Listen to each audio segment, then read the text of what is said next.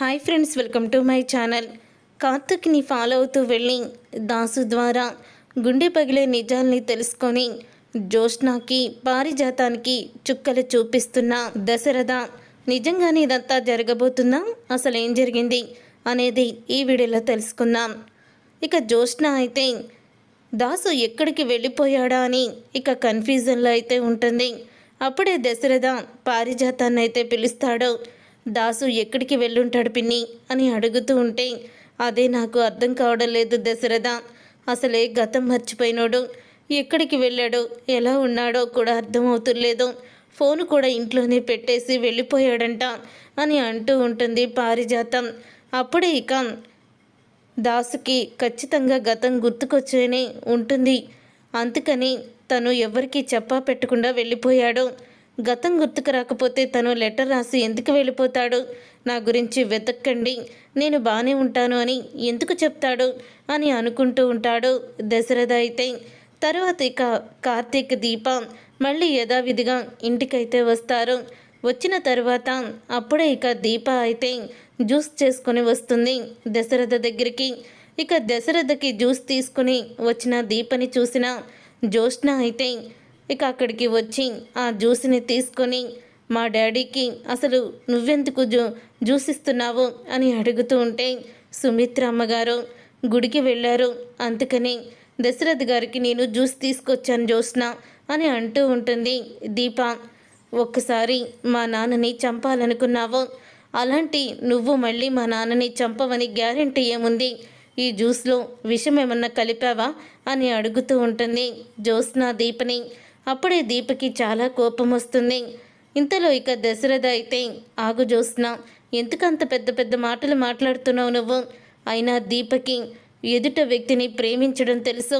శత్రువైనా సరే వాళ్ళు జీవితాలు నాశనం కాకూడదని, తను ఎన్ని సమస్యల్లోకి ఇరుక్కున్నా సరే వాళ్ళ శత్రువులైనా ఎప్పటికీ కూడా తను అస్సలు కూడా కాపాడడానికే ప్రయత్నిస్తుంది, కానీ మరొకరి జీవితానికి నాశనం చేయాలనే ఉద్దేశం దీపకి ఎప్పుడూ ఉండదు. ఒకరు నాశనాన్ని, మన జీవితంలో సంతోషాన్ని వెతుక్కుంటూ ఉంటే ఒకరి నాశనం చేసి ఆ సంతోషాన్ని పొందాలని దీప ఎప్పుడూ కూడా అనుకోదు.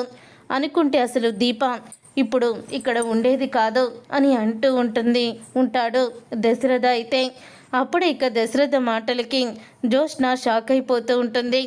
అమ్మ, ఆ జ్యూస్ ఇలా ఇవ్వు, నేను తాగుతాను అని దశరథ అంటాడు. కన్న కూతురు మీద నమ్మకం లేదు, కానీ నీకు దీప మీద నమ్మకం ఉందా డాడీ అని అంటూ ఉంటుంది జ్యోత్స్న.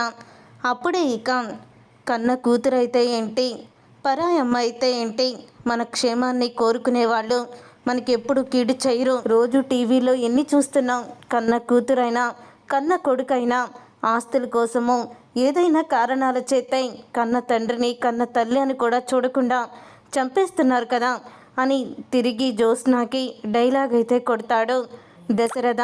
అప్పుడే అది విని జ్యోత్స్న ఏమీ మాట్లాడలేకపోతుంది. డాడీ మాటల్లో కూడా ఈ మధ్యకాలంలో చాలా మార్పు వస్తుంది. అసలు వీళ్ళందరూ ఇలా మాట్లాడుతున్నారేంటి?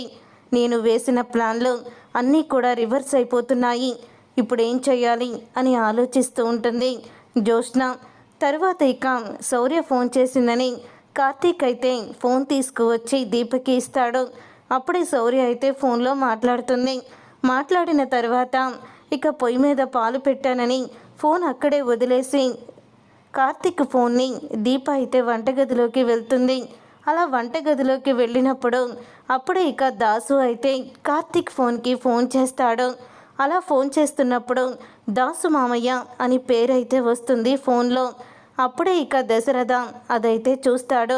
అది చూసి ఒక్కసారి షాక్ అయిపోతూ ఉంటాడు.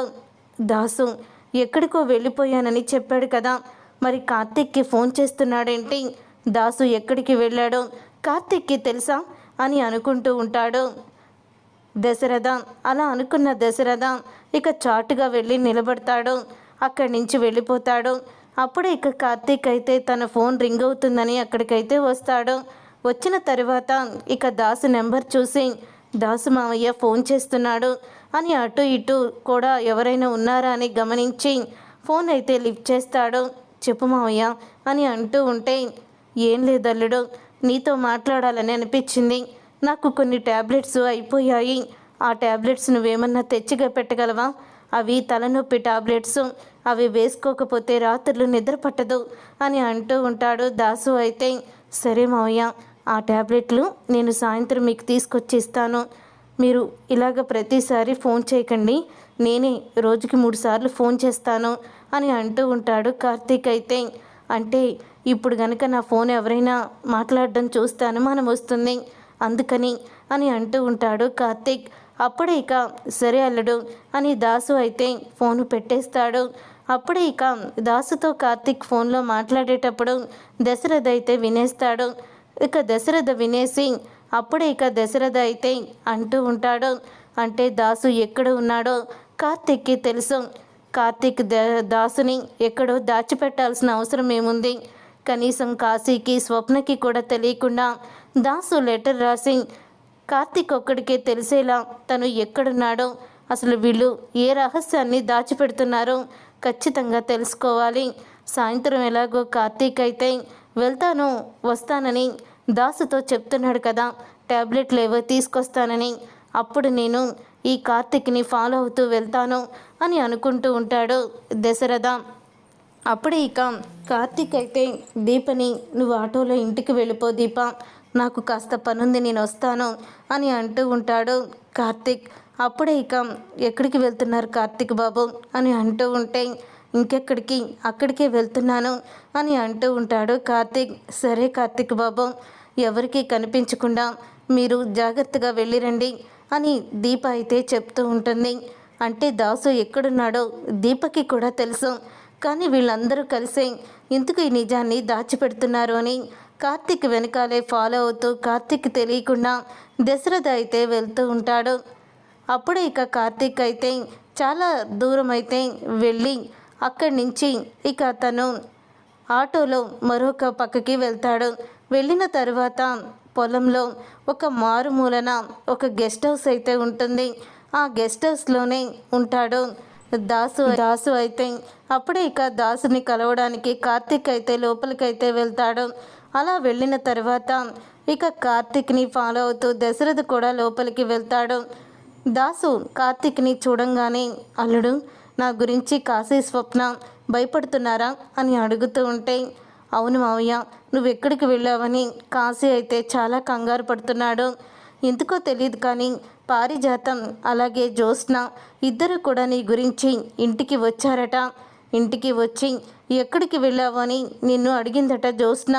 తెలీదని లెటర్ని చూపించేసరికి తను ఒక అమ్మవారిలా మారిపోయి ఎక్కడికి వెళ్ళాడో చూసుకునే పని లేదా, నీకు బాధ్యత లేదా అంటూ నోటికొచ్చినట్టు మీ అబ్బాయిని తిట్టేసిందట జ్యోత్స్న అని అంటూ ఉంటే అప్పుడే ఇక దాసు అయితే దీప కూడా ఇంటికి రావడం, దీపలో మార్పు రావడం ఇదంతా కూడా గమనించిన జ్యోత్స్న నిజం తెలిసిపోయిందని తనకి అనుమానం వచ్చింది. నిజం తెలిసిపోయిందని అనుమానం రావడంతోనే తను ఇవన్నీ కూడా చేస్తుంది అని అంటూ ఉంటాడు దాసు. అప్పుడే ఇక దశరథ అయితే లోపలికి వస్తాడు. దశరథని చూసి దాసు కార్తీక్ ఇద్దరూ కూడా షాక్ అయిపోతూ ఉంటారు. అప్పుడే ఇక అంటూ ఉంటాడు దాసు, రా అన్నయ్య, అక్కడే నుంచుండిపోయావేంటి, లోపలికి రా అని అంటూ ఉంటాడు దాసు అయితే. ఏంటి దాసు, ఏంటిదంతా, నువ్వు ఎక్కడికో వెళ్ళిపోయావని నీ కోడలు కొడుకు ఇద్దరూ కూడా బాధపడుతూ ఉంటే నువ్వేమో ఇక్కడ ఉండి ఏం చేస్తున్నావో అని అడుగుతూ ఉంటాడు దశరథ. ఏంటి కార్తీక్, నువ్వు దాసుని ఇక్కడికి ఎందుకు తీసుకువచ్చావు? దాసుని నువ్వు ఇక్కడే పెట్టావని నాకు బాగా తెలుసు. ఎందుకు దాసుని ఎవ్వరికీ తెలియకుండా ఇక్కడ దాచిపెట్టావో, ఏం జరిగింది అని అడుగుతూ ఉంటే అప్పుడే కార్తీక్ అయితే ఏం జరిగిందో మీకు తెలీదా మావయ్య అని అడుగుతూ ఉంటాడు కార్తీక్. దాసు మావయ్యని చంపాలనుకున్నది జ్యోత్స్న అని మీకు తెలుసు కదా. దాసు మావయ్యని కాపాడి హాస్పిటల్లో అడ్మిట్ చేసి తన ప్రాణాలని మీరే కదా కాపాడింది. మరి మీ కన్న కూతురు జ్యోత్స్న దాసు మావయ్యని చంపాలనుకున్న విషయాన్ని ఎందుకు మీరు తాతయ్యకి అత్తకి చెప్పకుండా దాచిపెట్టారు అని అడుగుతూ ఉంటే అప్పుడే ఇక అది విని దశరథ అయితే అంటూ ఉంటాడు, చూడు కార్తీక్, మనం అనుకున్నంత ఈజీ కాదు వాళ్ళతో చెప్పడం. చెప్పాక సుమిత్ర ఎలా రియాక్ట్ అవుతుందో, మా నాన్న ఈ సిచ్యువేషన్ని ఎలా ఫేస్ చేస్తారో నాకు తెలీదు. అందుకని కన్న కూతురు కదా, ఎలాగైనా సరే తనని బయటపడేయాలని చూస్తాను, కానీ అరెస్ట్ చేయించాలని ఎలా చూస్తాను కార్తీక్ అని అంటూ ఉంటాడు దశరథ. అప్పుడే ఇక జ్యోత్స్న మీ కన్న కూతురు అయితేనే కదా మావయ్య నువ్వు కన్న కూతురు అనే ప్రేమని చూపించడానికి. జ్యోత్స్న లాంటి దుర్మార్గురాలు ఎక్కడ కూడా ఉండదు. కన్న తండ్రిని పెంచిన తండ్రిని కూడా చంపించాలని చూసే అంత దుర్మార్గురాలు తను అని అంటూ ఉంటే ఆ మాట విని ఒక్కసారి దశరథ అయితే షాక్ అయిపోతూ ఉంటాడు. ఇక దశరథ షాక్ అయిపోతూ, ఏం మాట్లాడుతున్నావు నువ్వు, అసలు నా కూతురు జ్యోత్స్న కాకపోవడం ఏంటి అని అడుగుతూ ఉంటాడు దశరథ షాక్ అయిపోతూ. అప్పుడే ఇక కార్తీక్ అయితే దశరథని లోపలికి తీసుకువెళ్ళి మొత్తం అన్ని వస్తువులు కూడా చూపిస్తూ ఉంటాడు. చూడండి మావయ్య, ఈరోజు దాసు మావయ్య బ్రతికి ఉన్నాడంటే దానికి కారణం మీరే. కానీ మీకు ఒక నిజం తెలియాలి, మీ కూతురు వల్లే దాసు మావయ్యకి పరిస్థితి వచ్చింది. జ్యోత్స్న మీ కూతురు కాదు, దాసు మావయ్యకి కన్న కూతురు. ఒకే రోజు అత్తాను అలాగే దాసు మావయ్య వాళ్ళ ఆవిడ ఇద్దరూ కూడా డెలివరీకి హాస్పిటల్కి అయితే వచ్చారు. వచ్చిన తర్వాత ఇద్దరికి అమ్మాయిలే పుట్టారు. కానీ పారు శివనారాయణ మీద ఉన్న కోపంతో, తాత మీద ఉన్న రోషంతో మీ మనవరాల్ని మాయం చేసి తన కొడుకు కూతుర్ని తీసుకువచ్చి ఈ వారసత్వానికి నువ్వే వారసురాలవ్వాలి, ఈ ఆస్తి మొత్తం కూడా నీకే చెందాలి అని చిన్నప్పుడే ఇలాగ నాటకమాడి మీ బిడ్డల్ని మార్చేసింది పారిజాతం అని అంటూ ఉంటాడు కార్తీక్. అది విని ఒక్కసారే దశరథ షాక్ అయిపోతూ, ఇదే నిజాన్ని నీకు చెప్పాలని వస్తున్నానన్నయ్య. దీప విషయంలో జ్యోత్స్న చేసిన ఆగడాలు అన్నీ కూడా చూసి ఇక నిజాన్ని చెప్పాలని నిర్ణయించుకున్నాను. అందుకని మీ దగ్గరికి వస్తూ ఉంటే అప్పటికే నిజం తెలుసుకున్న జ్యోత్స్న ఈ విషయాన్ని చెప్పొద్దని నీకు ప్రాధేయపడింది, నా కాళ్ళ మీద పడింది. అయినా సరే నేను ఒప్పుకోలేదు. తర్వాత తను ఏం చేసిందో తెలుసా అన్నయ్య అని అడుగుతూ ఉంటాడు దశరథ. అంటూ ఉంటాడు దాసు అయితే నా తల మీద బలంతో ఇనుప రాడ్డు తీసుకొని కొట్టింది. ఇక అలా కొట్టడంతో అక్కడికక్కడే నేను స్పృహ కోల్పోయాను. స్పృహ కోల్పోయిన నన్ను నువ్వే కదా హాస్పిటల్కి తీసుకువచ్చి బ్లడ్ ఇచ్చి కాపాడావు అని అంటూ ఉంటాడు దాసు అయితే. అప్పుడే ఇక ఆ మాటలు విని ఇక దశరథ అయితే ఒక్కసారే కుప్పకూలిపోతాడు. దశరథ కుప్పకూలిపోయి ఇన్ని రోజులు పారిజాతం పిన్ని చేసిన కుట్రని గమనించలేకపోయాను. నా ఇంటి వారసురాలు విషయంలో జ్యోత్స్న పారిజాతం కలిసి ఎంత నాటకం ఆడారో, ఇంతకి తెగిస్తారని అస్సలు అనుకోలేదు అని అంటూ ఉంటాడు దశరథ. జ్యోత్స్న మామూలు ఆడది కాదన్నయ్య, తను నా కూతురు కాదని కూతురు అన్న విషయాన్ని పక్కన పెట్టు. జ్యోత్స్న ఆస్తి కోసం కార్తీక్ కోసం ఎంతకైనా తెగిస్తుంది, ఏం చెయ్యాలన్నా చేస్తుంది అని అంటూ ఉంటే ఆ మాట విని ఒక్కసారే షాక్ అయిపోతూ ఉంటారు అందరూ కూడా. ఇక షాక్ అయిపోతూ, జ్యోత్స్న పని ఇప్పుడే చెప్తాను, జ్యోత్స్నాని బయటికి గెంటేసి నా కూతుర్ని నేను వెతుక్కుంటాను అని దశరథ అంటూ ఉంటే, మీ కూతురు మీ ఇంట్లోనే మీ కళ్ళ ముందే తిరుగుతుంది మావయ్య అని అంటూ ఉంటాడు కార్తీక్. అది విని ఒక్కసారే షాక్ అయిపోతూ ఉంటాడు దశరథ అయితే. నా కళ్ళ ముందే నా కూతురు తిరుగుతుందా, ఏం మాట్లాడుతున్నావు అని అడుగుతూ ఉంటాడు కార్తీక్ని దశరథ. అప్పుడే ఇక కార్తీక్ అయితే, నేను చెప్పేది నిజం మావయ్య, ఎదురుగుండా మీకు తాలింపు వేసి పుదీనా కొత్తిమీర చట్నీ చేయమని చెప్పింది కదా దీప, ఆ దీపే మీ కన్న కూతురు అని అంటూ ఉంటే ఆ మాట విని ఒక్కసారి దశరథ అయితే షాక్ అయిపోతూ ఉంటాడు. ఇక దశరథ షాక్ అయిపోతూ, ఏం మాట్లాడుతున్నావు కార్తీక్ అని అనగానే, అవును నేను చెప్పేది నిజం మావయ్య, ఆ రోజు దీపని చంపమని పారు చెప్పింది. కానీ సైదులో సంటి బిడ్డని చంపాలని లేక తనని బస్టాండ్లోనే వదిలేశాడు. అలా బస్టాండ్లో వదిలేసిన దీప కుబేర మావయ్య చేతికి చిక్కింది అని అంటూ చెప్తూ ఉంటాడు కార్తీక్ అయితే. అప్పటి నుంచి కూడా కుబేర గారు తన సొంత కూతురి కన్నా ఎక్కువగా చూసుకున్నారు. తనని ఎక్కువగా చూసుకొని దీపని పెద్దదాన్ని చేశారు, ఇదే జరిగిన విషయం అని అంటూ మొత్తం నిజాన్ని కార్తీక్ అయితే దశరథతో చెప్పేస్తాడు. నా కుటుంబాన్ని నాశనం చేయాలనుకొని నా కూతుర్ని చంపాలనుకున్న ఆ జ్యోత్స్న అలాగే పారిజాతం ఇద్దరిని కూడా నేను బ్రతకనివ్వను, ఈరోజు నా చేతుల్లో వాళ్ళ చావు అని అంటూ ఉంటాడు.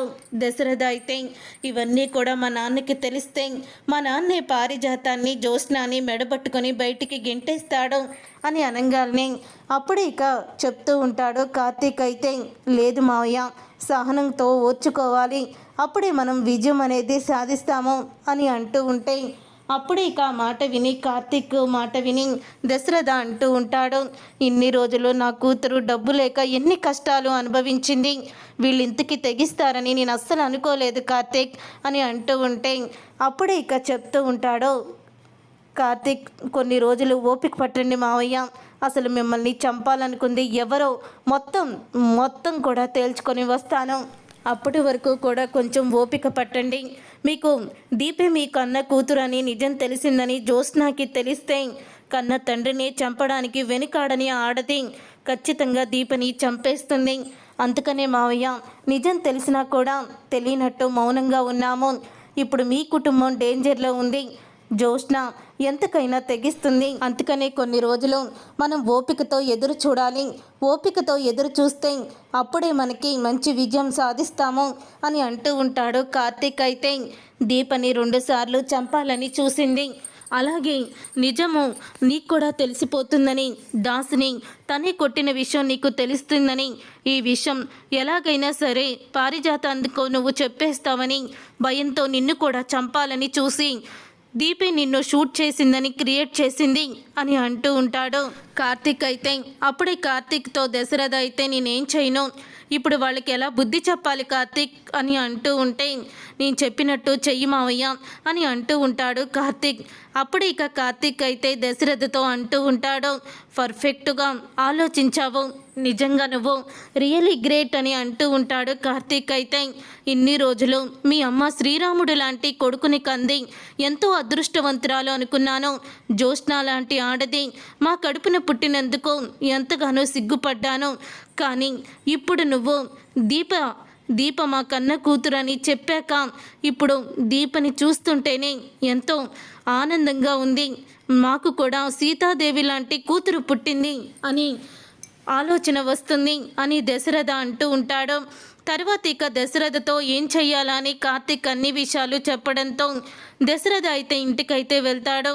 దశరథ ఇంటికి వెళ్ళిన తర్వాత అప్పుడే ఇక జ్యోత్స్న పారిజాతం ఇద్దరు కూడా మాట్లాడుకుంటూ ఉంటారు. ఇంతలో ఇక పారిజాతానికైతే నిజం చెప్పేయాలని నిర్ణయించుకుంటాడు దశరథ. అప్పుడే జ్యోత్స్నకి ఏదో ఫోన్ రంగాల్ని తనైతే బయటికి వెళ్తుంది. వెళ్ళిన తర్వాత దశరథ అయితే పిన్ని మీకు ఒక విషయం చెప్పాలి, అదేంటంటే దాసు తమ్ముణ్ణి కొట్టి చంపాలనుకున్నది మన జ్యోత్స్నానే అని దిమ్మ తిరిగే వీడియో అయితే పంపిస్తాడు. ఇక ఆ వీడియోని చూసి షాక్ అయిపోతూ ఉంటుంది పారిజాతం. నిజంగానే దాసుని జ్యోత్స్నాని కొట్టి చంపాలనుకుందాం అని అంటూ ఉంటుంది పారిజాతం. అవును పిన్ని, నేను డ్రైవర్ని అడిగాను నీకేమన్నా తెలుసా అని, నాకేం తెలియదు సార్ అని చెప్పి డ్రైవర్ అయితే అన్నాడు అని అనగానే అప్పుడే పారిజాతం ఇంతకి తెగిస్తుందని జ్యోత్స్న అనుకోలేదు దశరథ. ఈ జ్యోత్స్నకి సరైన బుద్ధి చెప్పాలి, ఏం చేయాలి, ఇప్పుడే దాన్ని చంప పగలగొడతాను అని అంటూ ఉంటే వద్దు పిన్ని, ఇప్పుడు నువ్వేం చేసినా సరే జ్యోత్స్న అందరినీ కూడా నమ్మించేస్తుంది, అలాగే నిన్ను కూడా మోసం చేస్తుంది, అందుకనే నేను చెప్పేది విను పిన్ని, నేను చెప్పేది విను. జ్యోత్స్నకి ఊహించని దెబ్బ కొట్టాలి, అప్పుడే జ్యోత్స్న మన కంట్రోల్లోకి వస్తుంది. అందుకని నేను గౌతమ్ వాళ్ళని పెళ్లి ముహూర్తాలు పెట్టించుకోవడానికి ఇంటికి రమ్మని చెప్పాను. ఈ పెళ్ళి తనకు ఇష్టం లేకే కదా ఇదంతా కూడా చేస్తుంది అని అంటూ చెప్తూ ఉంటాడు దశరథ. ఇక దశరథ మాట విని పారిజాతం అయితే నువ్వు చెప్పింది కూడా నిజమే దశరథ, ఖచ్చితంగా రేపు గౌతమ్ వాళ్ళు పెళ్లి చూపులకైతే వస్తారు, నిశ్చితార్థం కూడా అక్కడే చేసుకుందామని చెప్తున్నారు అని అంటూ ఉంటే అప్పుడే దశరథ అంటూ ఉంటాడు, అవును పిన్ని, నీకు ఏ విషయం కూడా తెలియనట్టే మౌనంగా ఉండం అని చెప్తూ ఉంటాడు. చూసారుగా ఫ్రెండ్స్, రాబోయే కథలో ఖచ్చితంగా ఇలాగే జరగబోతుంది. మరి ఇలాగే జరగాలని మీరైతే కోరుకుంటున్నారా? అయితే వీడియోని తప్పకుండా లైక్ చేసి ఛానల్ని సబ్స్క్రైబ్ చేసుకొని పక్కనే ఉన్న గంట సింబలపై ఆన్లని క్లిక్ చేయండి. అప్పుడే మేము పెట్టే ప్రతి వీడియో మీరు మిస్ కాకుండా చూసేవచ్చు.